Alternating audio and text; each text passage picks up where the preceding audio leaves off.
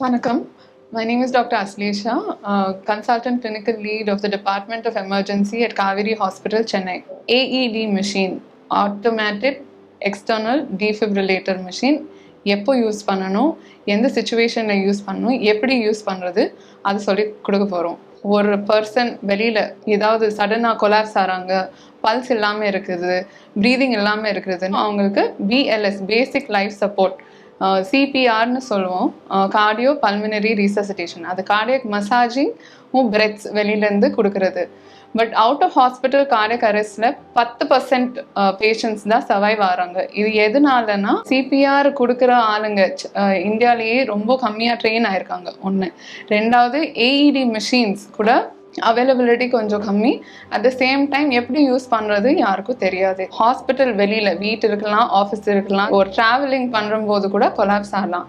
அந்த டைமில் நம்ம இந்த ஏர்லி சிபிஆரும் ஏஇடி மிஷின் வச்சு அவங்க ஹார்ட்டோட ரிதம் அனலைஸ் பண்ணி அதில் ஷாக் கொடுக்கணுமா வேணாமான்னு முடிவெடுக்கிற ஒரு machine is call the automated external defibrillator. இதோட ஒரு இன்ஸ்ட்ரக்ஷன் பேட் வரும். இதுதான் நம்ம பேஷண்ட்டோட பேர் பாடிக்கு அட்டாச் பண்ணுவோம்.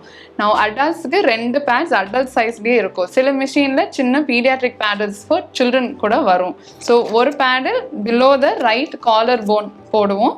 இன்னொரு pad just below the left nipple, இங்கே நீங்கள் பார்க்கலாம், அதோட டயக்ராம் இருக்குது. ஸோ நீங்கள் ஞாபகம் வச்சுக்கணுன்னு அவசியமே இல்லை. நீங்கள் இந்த பேடல்ஸோட பிக்சர்ஸ் பார்த்தாவே எங்கே போடணும்னு தெரியும்.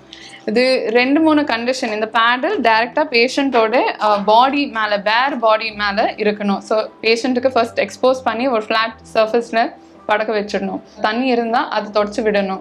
அது ட்ரை ஆனதுக்கப்புறம் தான் இந்த பேடல் நல்லா பீல் பண்ணணும். நீங்கள் பீல் பண்ணிவிட்டு அட்டாச் பண்ணலாம் பேஷண்ட்டோட பாடி மேலே. To use the machine you need to fix the machine in to the socket. அதுக்கப்புறம் ஒரு ஆன் ஆஃப் பட்டன் இருக்கும். மோஸ்ட் ஏடி மிஷின்ஸில் ஐதர் லிட் இருக்கும், இல்லைன்னா இந்த மாதிரி ஒரு ஆன் ஆஃப் பட்டன் இருக்கும். So on off button press பண்ணால் இதே சொல்லும் உங்களுக்கு என்ன பண்ணணும், நெக்ஸ்ட் என்ன பண்ணணும்.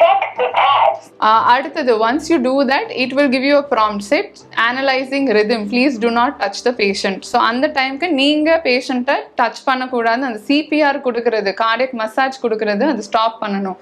ஒன்லி தென் ஹார்ட்டோட ரிதம் அனலைஸ் பண்ண முடியும். ஹார்ட்டோட ரிதம் கார்டியக் அரெஸ்ட்ல 2 வித்தியாசமான ரிதம் இருக்கு. ஒன்று ஷாக்கபிள் ரிதம், இன்னொன்று நான் ஷாக்கபிள் ரிதம். ஸோ இந்த மிஷின் ஷாக்கபிள் ரிதம் இருந்தால் it will deliver shock. So அதனால ஃபர்ஸ்ட் அனலைஸ் பண்ணும். அதுக்கப்புறம் if it is a shockable rhythm, the machine itself will tell you shock is advise, press shock button. Shock deliver ஆகிறதுக்கு அப்புறம் the machine itself will prompt you saying please resume CPR. So திருப்பி நீங்கள் அந்த cardiac massaging பண்ணிக்கலாம்.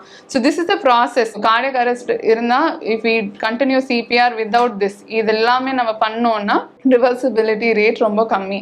இது எது வரைக்கும் பண்ணுவோம், ஆம்புலன்ஸ் ஒரு பேராமெடிக் அது வர வரைக்கும், இல்லை பேஷண்ட்டுக்கு ஹாஸ்பிட்டலுக்கு ஷிஃப்ட் பண்ணுற வரைக்கும் இது கண்டினியூ பண்ணலாம். To increase the survival rate we are trying to do that.